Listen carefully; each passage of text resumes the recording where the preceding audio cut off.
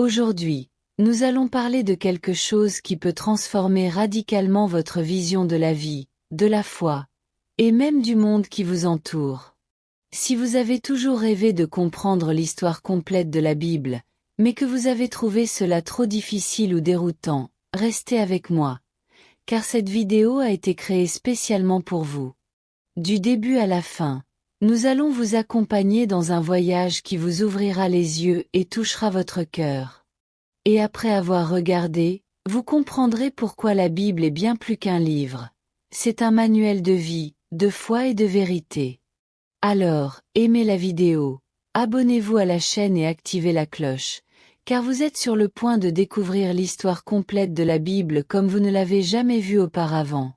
Aujourd'hui, vous apprendrez l'histoire complète de la Bible et comprendrez l'Ancien et le Nouveau Testament, d'Adam au Jardin d'Éden à la mort des disciples de Jésus.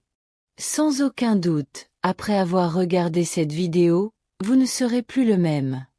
Vous aimerez encore plus la parole de Dieu. Bien sûr, cela n'arrivera que si vous ouvrez la vidéo. Votre cœur à la parole de Dieu. Dieu. Après avoir observé tout ce qui sera enseigné, je suis sûr que vous serez édifiés et éclairés par les Écritures. Veillez avec foi jusqu'à la fin. Tout a commencé au commencement. Avant le commencement, il n'y avait que Dieu. Il n'a jamais cessé d'exister. Il existe depuis l'éternité. Il n'a pas d'origine. Il est l'origine de tout. Il n'a pas été créé. Il est le créateur de toutes choses. Il n'a pas commencé d'exister. Il est le Père de l'éternité. L'éternité est un attribut exclusif de Dieu. Au commencement, Dieu créa les cieux et la terre. Le sixième jour, Dieu créa l'homme à son image et à sa ressemblance. Et de l'homme, il créa la femme. Adam et Ève furent créés parfaits, purs et innocents. Ils étaient en pleine communion avec Dieu. Ils vécurent enchantés dans le jardin de Dieu, gardien de la création divine. Cependant, ils tombèrent dans le péché, et l'humanité entière fut plongée dans cet abîme de dépravation totale, car nous étions tous en Adam. Adam et Ève eurent deux fils, Caïn et Abel. Par jalousie, Caïn tua son frère, devenant ainsi le premier meurtrier et fratricide de l'histoire. Plus tard, Adam et Ève eurent un autre fils, Seth. Par lui, une lignée sainte commença à émerger, se tournant vers Dieu. Cependant, la terre ne tarda pas à être envahie par le mal et la violence. Dieu décida alors d'exterminer l'homme qu'il avait créé de la surface de la terre. Mais il y avait un homme juste, Noé. Dieu déversa donc son jugement par le déluge, sauvant Noé, sa femme et leurs trois fils, Sem, Cham et Japheth, avec leurs épouses respectives, dans une arche qu'ils avaient construite. Par les fils de Noé, Dieu relança l'origine de plusieurs peuples. Sem devint le père des nations sémitiques. Cham fut l'ancêtre des nations africaines et asiatiques. Japheth devint le tronc des nations européennes. Plus tard, Dieu choisit une famille pour former le peuple qui serait l'instrument de la venue au monde du Messie promis. Il appela Abram d'Ur, des Chaldéens. Abram quitta son pays et sa famille, et partit. Il devint un pèlerin de foi, construisant des autels à Dieu partout où il allait. Cela continua avec Abraham et son neveu Lot, qui devint le père de deux nations, les Ammonites et les Moabites. Lorsqu'Abraham quitta Haran, il avait 75 ans. Dieu lui promit qu'il aurait un fils, le fils de la promesse, et qu'il serait le père d'une nation nombreuse. Toutes les familles de la terre seraient bénies en lui. Abraham attendit 11 ans que la parole de Dieu s'accomplisse.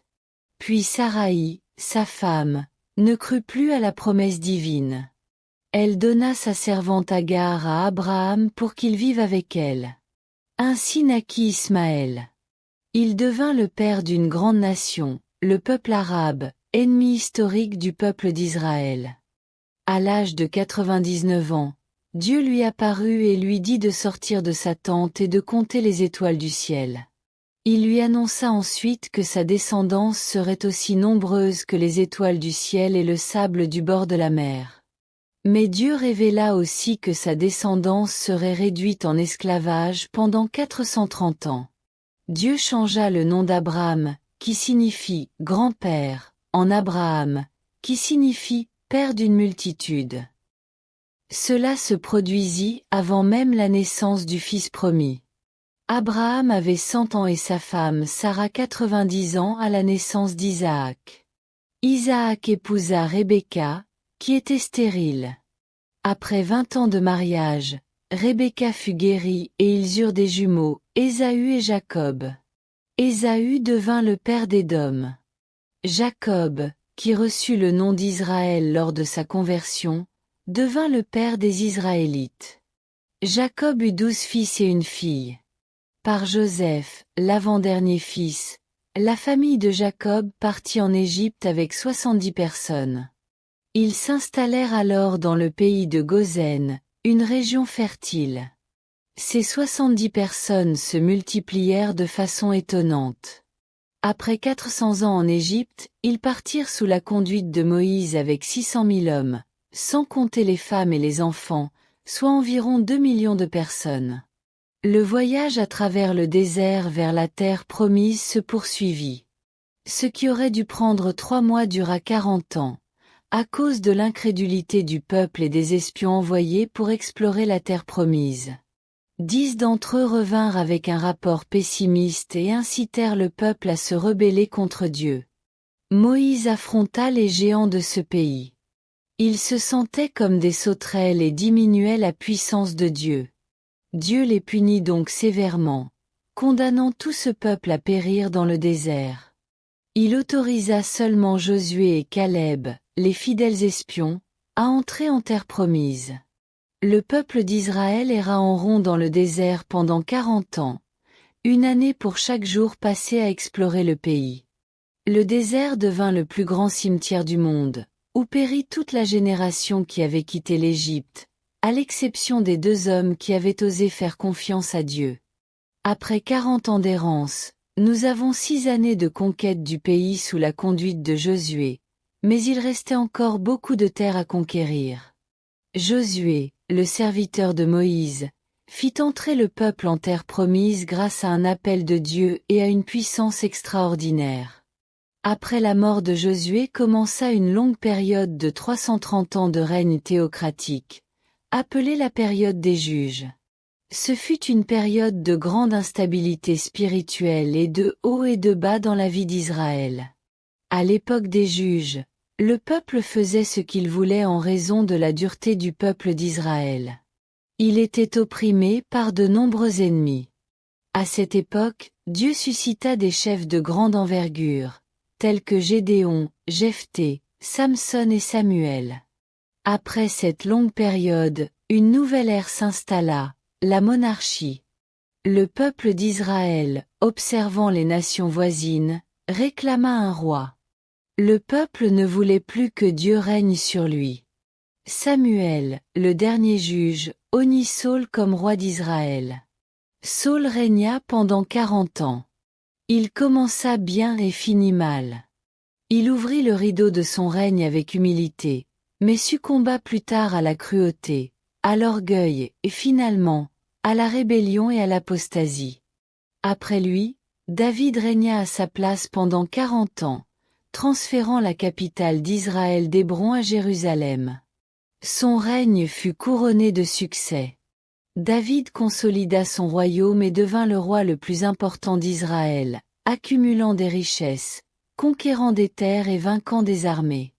Il marchait avec Dieu et était un homme selon son cœur. Malgré ses graves péchés contre Dieu, sa famille et son peuple, il s'est repenti et a été pardonné par Dieu. De sa lignée est né le Messie. Après sa mort, son fils Salomon régna à sa place pendant 40 ans. Il implora Dieu de lui accorder sagesse et richesse. Il devint un homme célèbre, construisit le temple de Jérusalem et connut la paix durant son règne. Cependant, Ses nombreuses épouses corrompirent son cœur. Ce n'est que dans sa vieillesse que Salomon se tourna vers Dieu et se repentit de ses péchés. Ainsi, nous avons connu 120 ans de Royaume-Uni. Saül tomba dans le piège de la sorcellerie. David dans celui de l'adultère. Et Salomon dans les griffes de l'idolâtrie. Dieu exauça le désir du peuple d'avoir des rois, mais le peuple dut subir les conséquences de ce choix insensé.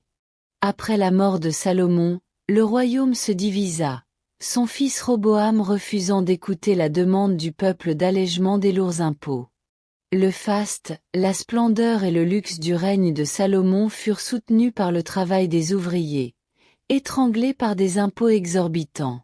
Ils profitèrent de la transition du pouvoir pour exiger des changements. Après avoir échoué, ils furent incapables de s'allier au nouveau roi. 10 des 12 tribus conspirèrent alors contre Roboam et suivirent un nouveau chef, Jéroboam, qui régna sur le royaume du Nord, dont la capitale devint Samarie. Le royaume du Nord dura 209 ans. Ce royaume connut 19 rois issus de 8 dynasties différentes. Aucun de ces rois n'était juste. Ils se détournèrent tous de Dieu et suivirent les voies de Jéroboam. Ce roi décida d'utiliser la religion à des fins politiques, craignant que ses sujets ne se rendent à Jérusalem pour adorer le temple et ne soient attirés politiquement par les rois de Juda. Jéroboam décida de construire des temples dans le royaume du Nord, à Béthel, Gigal et Beersheba. Il y plaça un veau d'or et incita le peuple à l'adorer comme s'il était Dieu lui-même. Les 19 rois du royaume du Nord suivirent cette voie. Ils étaient tous mauvais et méchants. Personne ne recherchait Dieu. À cette époque, le Seigneur suscita des prophètes pour dénoncer le péché des rois de la nation et leur complaisance. Prophètes et prêtres furent soudoyés. À cette époque, Dieu suscita les prophètes Amos, Osée et Michée. Ils affrontèrent courageusement les déviations de la nation, du palais aux huttes, des temples rivaux au commerce, des rues aux champs. Ils dénoncèrent la corruption politique et élevèrent la voix contre la religion prostituée. Ils lancèrent l'accusation divine contre les pouvoirs exécutifs et législatifs corrompus. Ils dénoncèrent l'injustice sociale et l'oppression économique. Ils appelèrent le peuple à la repentance, mais leurs messages restèrent lettre morte. Sous le règne d'Achab, par l'intermédiaire de sa femme Jézabel, la croyance pernicieuse en Baal, le dieu cananéen de la prospérité, se répandit en Israël. À cette époque, Dieu suscita le prophète Élie pour démasquer cette divinité païenne et saper la crédibilité de cette idole abominable. Même dans ce royaume, Dieu appela Élisée pour remplacer Élie et accomplir un ministère prodigieux. Mais parce qu'Israël refusa d'écouter la voix de Dieu, le Seigneur utilisa le langage de la verge et fit venir l'Assyrie contre la nation d'Israël. L'Assyrie était le fer de lance de la colère divine contre Israël. C'était un guerrier expansionniste et un empire sanguinaire. Chaque fois qu'elle conquérait un peuple, elle commettait atrocités et barbarie contre les vaincus, abandonnant généralement des corps mutilés et empilant des têtes aux portes des villes conquises, soumettant le peuple à l'ignominie la plus amère. Après avoir emmené les habitants du Nord en captivité, le roi Sargon II envoya un mélange d'autres peuples en terre d'Israël, créant un grand brassage racial. Il savait que cette action affaiblirait l'existence potentielle d'un peuple. Ainsi, grâce à ce mélange racial, un peuple hybride appelé les Samaritains se forma en Israël, qui devint un ennemi acharné du peuple de Juda. Le royaume du Sud, composé des tribus de Benjamin et de Juda, comptait 20 rois, dont plusieurs étaient pieux, comme Asa, Josaphat, Ézéchia, Jotham, Osia, Joa et Josia. Chaque fois qu'un roi pieux montait sur le trône, la nation du royaume du Sud prospérait et se développait économiquement, moralement, socialement et spirituellement. Afin d'accomplir la prophétie annonçant la venue du Messie de la maison de David, une seule dynastie régnait pour parler au peuple de Juda. Dieu suscita plusieurs prophètes, tels qu'Isaïe, Michée, Joël, Sophonie et Jérémie. La nation devint également profondément corrompue, car elle n'écoutait pas la voix de Dieu. De la même manière, Dieu la punit et envoya l'armée babylonienne, la livrant à ses ennemis. Le peuple de Juda fut emmené captif à Babylone. Le royaume du Sud, appelé Juda, dura 345 ans. Après 2 raids, Nebuchadnezzar envahit Jérusalem, détruisit son temple glorieux et emmena le peuple en captivité, laissant la ville dans une honte profonde. Le peuple fut en captivité pendant 70 ans, comme Dieu l'avait prophétisé au prophète Jérémie. Durant cette période de captivité, Dieu suscita les prophètes Jérémie, Ézéchiel et Daniel. Durant cette période, le peuple fut purifié de l'idolâtrie et des synagogues furent établies. Après le temps fixé par Dieu, le peuple de Juda retourna dans son pays. À cette époque, Babylone était déjà tombée aux mains de l'empire médo-perse. Cyrus, annoncé par Dieu 200 ans avant sa naissance, libéra le peuple juif et lui ouvrit les portes du retour au pays de Canaan. Le peuple revint en 3 groupes. Le premier, dirigé par Zorobabel, fut chargé de reconstruire le temple. Le deuxième, dirigé par Esdras, fut chargé d'enseigner la loi. Et le troisième, dirigé par Néhémie, fut chargé de reconstruire les murailles et de réorganiser le peuple sur le plan politique et spirituel. Dès son retour de captivité et la reconstruction du temple, le peuple juif commença à rencontrer des difficultés. D'abord, les Samaritains, rusés, voulurent se joindre à eux dans l'œuvre, afin de la déstabiliser. Lorsque la proposition de partenariat fut rejetée, les Samaritains, dans un second temps, commencèrent à les menacer. Ils écrivirent ensuite au roi Artaxerxès, accusant les Juifs de conspirer contre l'Empire perse. Face à cette persécution néfaste, les travaux du temple furent interrompus pendant une 20aine d'années. Durant cette période, le peuple relâcha son zèle pour la maison de Dieu et commença à se concentrer sur ses propres affaires, construisant et embellissant ses maisons aux dépens de la maison de Dieu, alors en ruine. À cette époque, Dieu suscita les prophètes Haggée et Zacharie pour appeler le peuple à la repentance. Le message de ces prophètes eut un effet rapide et profond.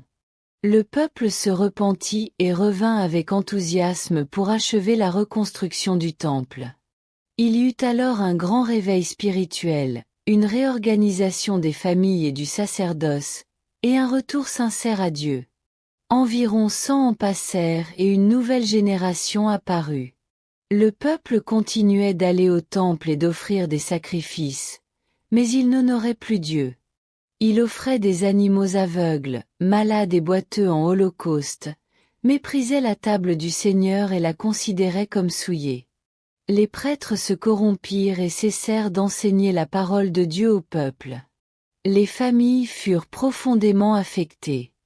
Les mariages commencèrent à se désagréger, aboutissant au divorce. Le peuple ne croyait plus que Dieu était capable de les juger, et il relâcha donc sa dîme. Bien qu'ils continuassent à fréquenter le temple, ils étaient loin de Dieu. À cette époque, Dieu suscita le prophète Malachie pour appeler le peuple à la repentance. C'est ainsi que l'Ancien Testament prit fin, 400 ans avant Jésus-Christ. Après le prophète Malachie, s'écoula une longue période de 400 ans, appelée période interbiblique ou période de silence prophétique. Durant cette période, des livres historiques et religieux non canoniques, appelés livres apocryphes, furent écrits.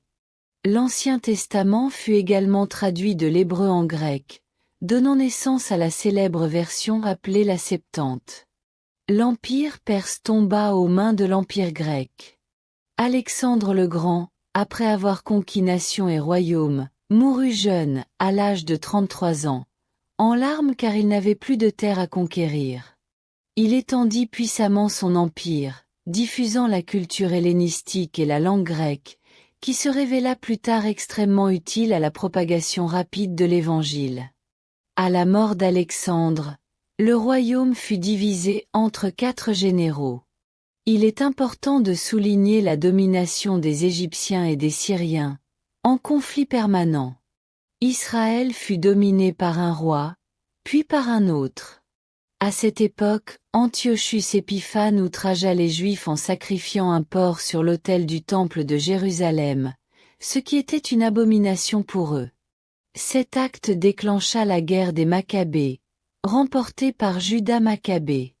Après de nombreuses effusions de sang, à la fin de l'an 63 avant Jésus-Christ, Pompée conquit Jérusalem et les Romains prirent le contrôle d'Israël. Hérode le Grand régna à sa place. Hérode le Grand était un grand administrateur. Il agrandit et embellit le temple de Jérusalem. Il construisit le port de Césarée, ouvrant la voie au commerce international et facilitant les voyages des missionnaires à travers le monde. Il construisit la forteresse de Mada et de nombreux palais et forteresses. Cependant, Hérode était un homme instable et violent. La peur de perdre le trône le tourmenta toute sa vie. Il se maria 10 fois et eut de nombreux enfants. Lorsqu'il épousa Marna, une noble, il fit tuer tous les nobles de sa famille par crainte de perdre son trône. À la demande de sa belle-mère, il nomma Archélu, son unique neveu, âgé de 17 ans, grand prêtre de Jérusalem. Mais plus tard, voyant qu'il gagnait la faveur du peuple, il le fit tuer. Sa belle-mère, effrayée, s'enfuit en Égypte, mais qu'Hérode envoya ses émissaires à sa poursuite pour la tuer. César Auguste le convoqua à Rome pour ses atrocités. Avant de partir, cependant, il fit tuer sa femme Marna, de peur qu'elle ne conspire contre lui en son absence. Plus tard, il envoya 2 de ses fils à Rome pour étudier. Sa sœur Salome leur enseigna qu'il reviendrait mieux préparé à assumer le trône. Hérode, cependant, n'hésita pas et ordonna que ses 2 fils soient étranglés avant sa mort. Il fit jurer à sa sœur Salome de tuer au moins un noble de chaque famille de Jérusalem, car il voulait des larmes à ses funérailles. C'est cet homme qui fut alarmé lorsqu'il apprit par les mages qu'un enfant était né en Juda pour régner sur Israël. Après la mort d'Hérode le Grand, vers l'an 4 avenue Jésus-Christ, son royaume fut divisé entre 4 de ses fils. Archélu, l'un des fils d'Hérode, régna sur la Judée, la Samarie et Édom. C'était un roi terrible. Finalement, les Juifs demandèrent aux Romains de le destituer. Rome, préoccupée par les troubles constants en Judée, installa un procurateur ou gouverneur romain. Les Romains commencèrent ainsi à gouverner directement la Judée.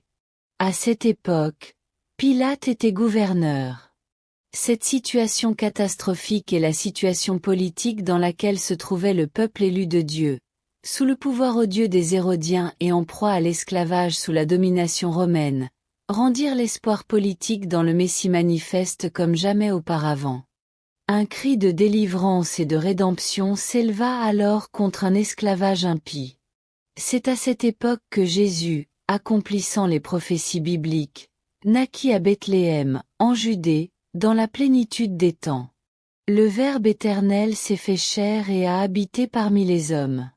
Il a vécu parmi nous, plein de grâce et de vérité. Il s'est revêtu d'une peau humaine, a chaussé les sandales de l'humilité, a foulé notre terre, a mangé notre pain, bu notre eau, a ressenti notre douleur, a pleuré nos larmes, a porté nos péchés sur la croix et est ressuscité dans la gloire pour notre justification. Les cultures hellénistiques et romaines ont toutes deux contribué à la venue du Messie.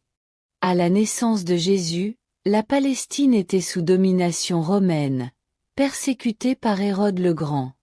Joseph et Marie s'enfuirent en Égypte avec l'enfant Jésus, où ils restèrent jusqu'à la mort du roi impie. Ils revinrent d'Égypte et s'installèrent à Nazareth, la ville où ils avaient vécu auparavant. Fils d'un charpentier, Jésus grandit. À 30 ans, il commença son ministère, baptisé dans le Jourdain par Jean-Baptiste, s'identifiant ainsi aux pécheurs qu'il était venu sauver. Là, dans le Jourdain, tandis que Jésus priait, les cieux s'ouvrirent et le Père dit, « Celui-ci est mon Fils bien-aimé, en qui j'ai mis toute mon affection. » À cet instant précis, le Saint-Esprit descendit sur lui sous la forme d'une colombe, le dotant de la force nécessaire pour commencer son ministère. Du Jourdain, Jésus fut conduit par le Saint-Esprit au désert, où il jeûna 40 jours et 40 nuits, au cours desquels il fut tenté par le diable à 3 reprises. Le diable attaqua Jésus pour le vaincre, mais le Fils le vainquit dans le désert, toujours avec l'épée de l'Esprit, la parole de Dieu. Le diable vainquit le premier Adam au paradis, mais fut vaincu par le second Adam dans le désert. Du désert, Jésus, rempli du Saint-Esprit, se rendit en Galilée. Arrivé à Nazareth, où il vécut la majeure partie de sa vie terrestre, il entra dans la synagogue, prit le rouleau du livre d'Isaïe et lut. « L'Esprit du Seigneur est sur moi, car il m'a oint pour prêcher, pour guérir et pour libérer. » Jésus appela 12 hommes, qu'il nomma apôtres, consacrant la majeure partie de son temps à les former et à les faire disciples. Il parcourut la Galilée, la Samarie et la Judée. Il prêcha dans les villes, les villages et les campagnes. Il prêcha dans les synagogues et au temple. Il prêcha en plein air, sur la plage et aussi dans les maisons. Il prêcha aux foules et aussi à de petits groupes. Jésus allait partout, faisant le bien et libérant tous ceux qui étaient opprimés par le diable. Il a guéri les malades, nourri les affamés, rendu la vue aux aveugles, redressé les paralysés, rendu la marche aux boiteux, rendu l'ouïe aux sourds, purifié les lépreux, libéré les possédés et ressuscité les morts. Il était la révélation suprême de Dieu aux hommes, qui ont reçu le nom d'Emmanuel, Dieu avec nous. Il est Dieu lui-même manifesté dans la chair. Jésus est venu avec une définition. Une mission pour tous ceux à qui le Père l'a donné. Il est né pour mourir. Il est mort pour que nous puissions vivre. L'apôtre Paul a été catégorique lorsqu'il a dit qu'il est mort pour nos péchés, selon les Écritures, qu'il a été enseveli et qu'il est ressuscité le 3e jour, selon les Écritures. Sa mort n'était pas un accident, ni sa résurrection une surprise. Le diable a utilisé plusieurs ruses pour l'éloigner de la croix, mais Jésus s'y est dirigé comme un roi vers la couronne. Sur la croix, Jésus a écrasé la tête du serpent et a triomphé des principautés et des puissances, les couvrant de honte. Sur la croix, Jésus a accompli l'œuvre de la rédemption. Il nous a libérés. La mort n'a pas pu le retenir. Le 3e jour, Jésus est ressuscité pour notre justification. Avant de monter au ciel, il a demandé à ses disciples de rester à Jérusalem, attendant la promesse du Père jusqu'à ce qu'il soit revêtu de puissance. Dans Actes, chapitre 1, verset 8, Jésus parle de la puissance donnée par le Saint-Esprit et présente également la stratégie d'action à suivre. Des témoins à Jérusalem, dans toute la Judée, en Samarie et jusqu'aux extrémités de la terre. Après la Pentecôte, l'Église de Jérusalem a connu une croissance fulgurante. Des multitudes s'y sont continuellement ajoutées. La croissance et l'expansion de l'Église de Jérusalem sont relatées par Luc jusqu'au chapitre 7 du livre des Actes. Comme l'Église était encore confinée à la Judée, Dieu a envoyé des persécutions contre elle, et les croyants ont été dispersés, portant la parole partout où ils allaient.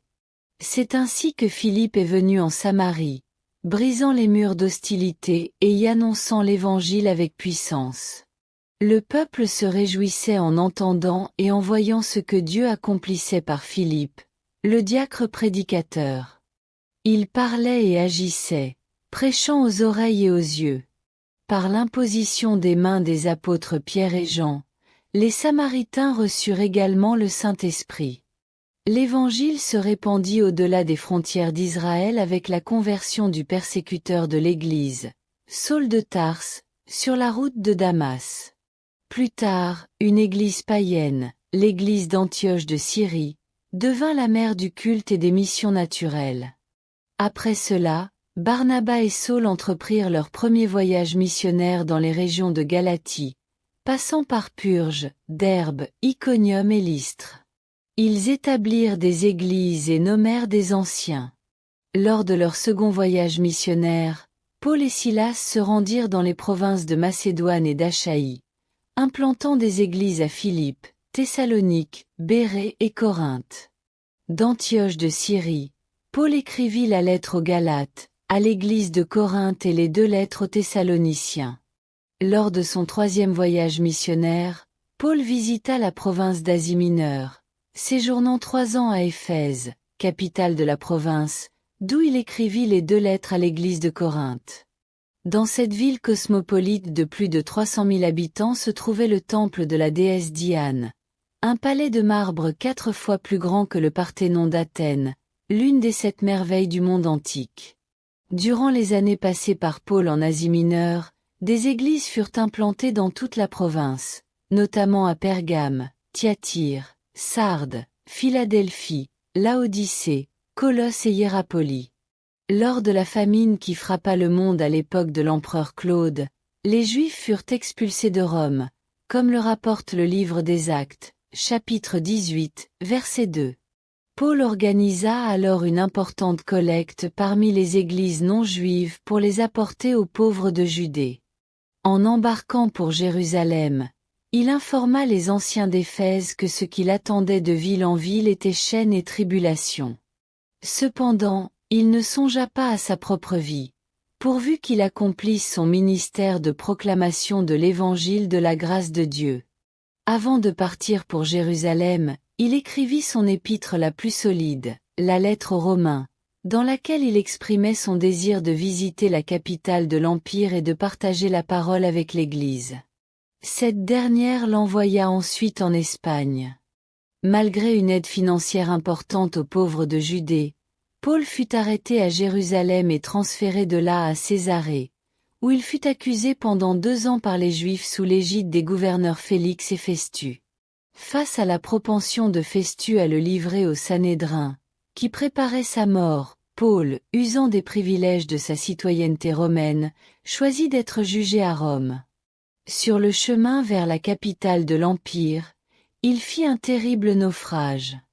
Le navire s'effondra complètement, mais tous les passagers et l'équipage furent miraculeusement sauvés, comme Dieu l'avait promis à Paul. À leur arrivée sur l'île de Malte, une vipère mordit la main de Paul, mais Dieu neutralisa le venin mortel du serpent et utilisa même son serviteur pour guérir tous les malades de l'île. Les Maltais envoyèrent alors Paul à Rome, pourvu à tous ses besoins. Il y resta emprisonné pendant 2 ans dans une maison louée. De là, Paul évangélisa la garde prétorienne, encouragea les croyants à travailler et écrivit des lettres aux Éphésiens, aux Philippiens, aux Colossiens et à Philémon.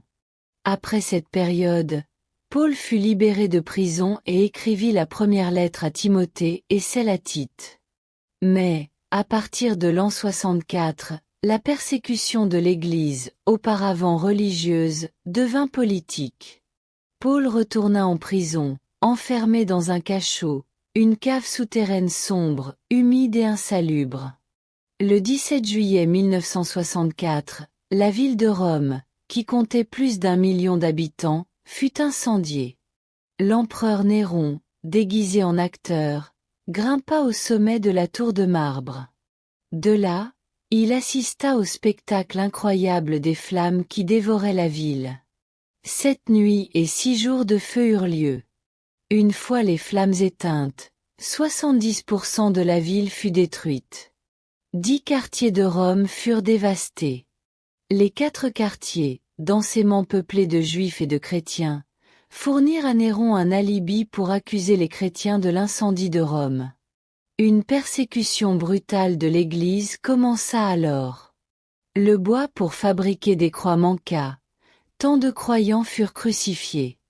Les croyants furent attachés à des poteaux recouverts de pois et brûlés vifs pour mettre le feu aux chevaliers de Rome. Ce fut un véritable massacre.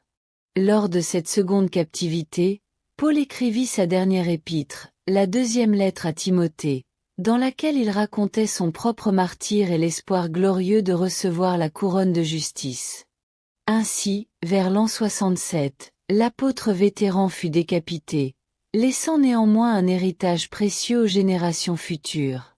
Le Nouveau Testament fut écrit sur une période de 50 ans. Nous possédons 4 livres graphiques, les 4 évangiles, dont 3 synoptiques, qui s'inscrivent dans la même perspective que les évangiles de Matthieu, Marc et Luc. Matthieu présente Jésus comme le roi des Juifs. Écrit aux Juifs, il contient le plus grand nombre de citations de l'Ancien Testament et est le plus juif des évangiles. Marc présente Jésus comme un serviteur. Écrit aux Romains, c'est l'évangile qui met davantage l'accent sur les œuvres de Jésus que sur ses enseignements. L'évangile de Luc met l'accent sur Jésus comme le Fils de l'homme. Écrit pour les Grecs par un médecin, historien et voyageur non juif, son but est de présenter le portrait de Jésus comme l'homme parfait. Luc est donc l'évangéliste qui parle le plus de la vie de prière de Jésus et de son ministère accompli dans la puissance de l'Esprit. L'évangile de Jean, écrit à la fin du 1er siècle pour réfuter le gnosticisme, une hérésie perverse niant la divinité du Christ, adopte une approche différente des autres. Il prouve que Jésus est véritablement Dieu et véritablement homme. Jean a sélectionné 7 miracles accomplis par Jésus et cette déclaration du type « Je suis », prouvant ainsi sa véritable nature. Nous disposons également des Actes des Apôtres, qui relatent les événements liés à l'Église primitive, de sa naissance jusqu'à son expansion vers Rome. 3 églises ont mené cette avancée, Jérusalem, Antioche et Éphèse. 4 provinces de l'Empire ont été atteintes, la Galatie, la Macédoine, l'Asie et l'Achaïe. Le livre des Actes est sans conclusion, car l'histoire de l'Église se poursuit. Nous sommes les héritiers et les continuateurs de l'Église née à la Pentecôte. Nous disposons également des lettres de l'apôtre Paul aux églises de Rome, de Galatie, d'Éphèse, de Philippe, de Colosse et de Thessalonique, ainsi que de ses lettres personnelles à Timothée, Tite et Philémon. Nous avons également une lettre envoyée aux Juifs tentés de revenir à leur ancienne foi à cause des persécutions. Il s'agit de l'Épître aux Hébreux, d'un auteur inconnu. Nous avons également les lettres générales écrites par Jacques, Pierre, Jean et Jude. Enfin, nous avons un livre eschatologique, l'Apocalypse, qui raconte la victoire triomphale du Christ et de son Église. Elle a été écrite par l'apôtre Jean sur l'île de Patmos vers l'an 96. J'espère que vous avez pris connaissance de cette histoire. Que Dieu vous bénisse. Si vous n'avez pas encore accepté Jésus comme votre Sauveur, il est encore temps. Repentez-vous. Il peut changer votre avenir, votre histoire. Il peut vous débarrasser de toute tristesse, de toute solitude, et vous apporter ce dont vous avez besoin. Rentrez dans votre chambre, fermez la porte et parlez à Dieu. Il vous entendra. Que Dieu vous bénisse. Si vous avez aimé la vidéo, n'oubliez pas d'aimer et de vous abonner à la chaîne.